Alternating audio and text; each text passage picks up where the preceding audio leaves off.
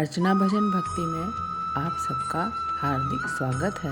भगवान श्री कृष्ण कहते हैं, जो मनुष्य मुझे जान लेता है वह जन्म मरण के बंधनों से मुक्त हो जाता है। जो मनुष्य भगवत गीता को पढ़कर उस पर अमल करता है उसके सारे दुष्कर्म प्रभाव समाप्त हो जाते हैं। जो भाग्य में है वह भाग कर आएगा और जो भाग्य में नहीं है वह आकर भी भाग जाएगा। जैसे हवा के झोंके नाव को भटका देते हैं, वैसे ही मनुष्य की इच्छाएं बुद्धि को भटका देती हैं। एक समझदार व्यक्ति वही है जो दूसरों को देखकर उसकी विशेषताओं से सीखता है, उनसे तुलना और ईर्ष्या नहीं करता। शस्त्र केवल शरीर को घायल कर देते हैं, किंतु शब्द आत्मा को भी घायल कर देते हैं।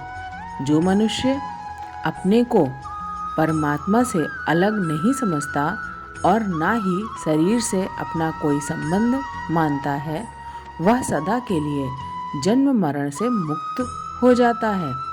जो व्यक्ति आध्यात्मिक जागरूकता के शिखर पर पहुंच चुके हैं, उनका मार्ग है निस्वार्थ कर्म और भगवान के साथ संयोजित हो चुके हैं। उनका कर्म स्थिर और शांति है। मानव कल्याण ही भगवत गीता का प्रमुख उद्देश्य है। इसलिए मनुष्य को अपने कर्तव्यों का पालन करते समय मानव कल्याण को प्राथमिकता देना चाहिए। श्री कृष्ण कहते हैं, जो तुम्हारा साथ देता है तुम उसका साथ दो, जो तुम्हें धोखा देता है तुम उसे त्याग दो। जिस जगह आपका सम्मान नहीं हो रहा वहाँ कभी नहीं जाना चाहिए, वरना लोग आपको कमज़ोर और बेवकूफ़ समझेंगे। ईश्वर ने हमें जो कुछ भी दिया है वही हमारे लिए पर्याप्त है और यही अटल सत्य है।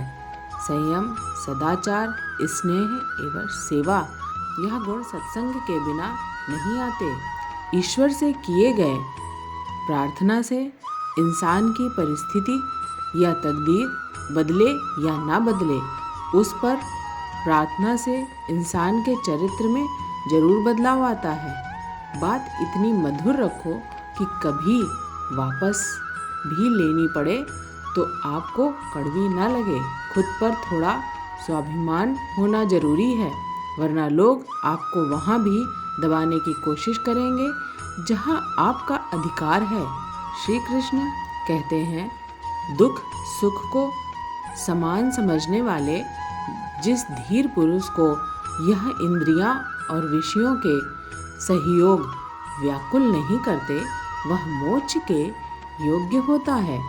जब तक तुम अपने आप से नहीं हार जाओ तब तक दुनिया की कोई ताकत तुम्हें हरा नहीं सकती। कमज़ोर तुम नहीं, तुम्हारा वक्त है और वक्त सबका बदलता है। तुम बस अपना कर्म करते जाओ। जिसने कभी संकट नहीं देखा उसे अपनी ताकत का कभी एहसास नहीं होगा। जो दूसरों की तकलीफ़ों को समझते हैं, जिनमें दया है, जो दिल से अच्छे हैं, उन्हें दोबारा जन्म नहीं लेना पड़ता। घमंडी मनुष्य का वंश, वैभव और प्रतिष्ठा तीनों ही चले जाते हैं। विश्वास हो तो रावण, कौरव और कंस को देख लो। चुप रहने से बड़ा कोई जवाब नहीं और माफ़ कर देने से बड़ी कोई सज़ा नहीं। जिस मनुष्य के पास सब्र की ताकत है, उस मनुष्य की ताकत का कोई मुकाबला नहीं कर सकता। हमारी व्यर्थ की चिंता और मन का भय एक ऐसा रोग होता है जिनसे हमारी आत्मीय शक्ति बिखर जाती है। मनुष्य को जीवन की चुनौतियों से भागना नहीं चाहिए और ना ही भाग्य और ईश्वर की इच्छा जैसे बहानों का प्रयोग करना चाहिए। धर्म चाहे जो भी हो, अच्छे इंसान बनो। हिसाब हमारे कर्म का होगा, धर्म का नहीं। खुशी के लिए काम करोगे तो खुशी नहीं मिलेगी, लेकिन खुश होकर काम करोगे तो खुशी जरूर मिलेगी। जब आप दूसरों के लिए अच्छा चाहते हैं तो वही अच्छी चीज़ें आपके जीवन में वापस आती हैं। यही प्रकृति का नियम है। आपका मूल्य इससे तय नहीं होता कि आप क्या हैं, यह इससे तय होता है कि आप खुद को क्या बनाने की क्षमता रखते हैं। हंसता हुआ मन और हंसता हुआ चेहरा, यही सच्ची संपत्ति है। श्री कृष्ण अर्जुन से कहते हैं, मेरा इन तीनों लोकों में ना तो कोई कर्तव्य है और ना ही कोई वस्तु प्राप्त करने योग्य है, फिर भी मैं कर्म करते हुए अपने कर्तव्य का निर्वाह कर रहा हूँ। श्री कृष्ण कहते हैं, हे पार्थ, यदि मैं कर्मों को करने में सावधानी न बरतूं तो बड़ा अनर्थ हो जाएगा, क्योंकि मनुष्य सब प्रकार से मेरे ही मार्ग का अनुसरण करते हैं। इस दुनिया में हारे हुए इंसान की तकलीफ में पड़े हुए इंसान की कोई मदद नहीं करता, और कोई इंसान थोड़ा सा सफल हो जाए तो उससे कोई खुश नहीं होता। इसलिए अपना दुख किसी को बताओ मत और अपनी खुशी किसी के आगे जताओ मत। जिंदगी में सब कुछ दोबारा मिल सकता है, पर वक्त के साथ खोया हुआ रिश्ता और भरोसा नहीं मिलता। भरोसा उसी पर करना जो निभाने के लायक हो।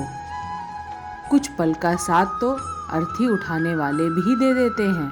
सच्चे लोगों पर भी उतना विश्वास रखिए जितना दवाइयों पर रखते हैं। बेशक थोड़े कड़वे होंगे, पर आपके लिए फ़ायदेमंद होंगे। आज की वीडियो पसंद आई हो तो लाइक करें, शेयर करें और चैनल को सब्सक्राइब करें। जय श्री कृष्ण।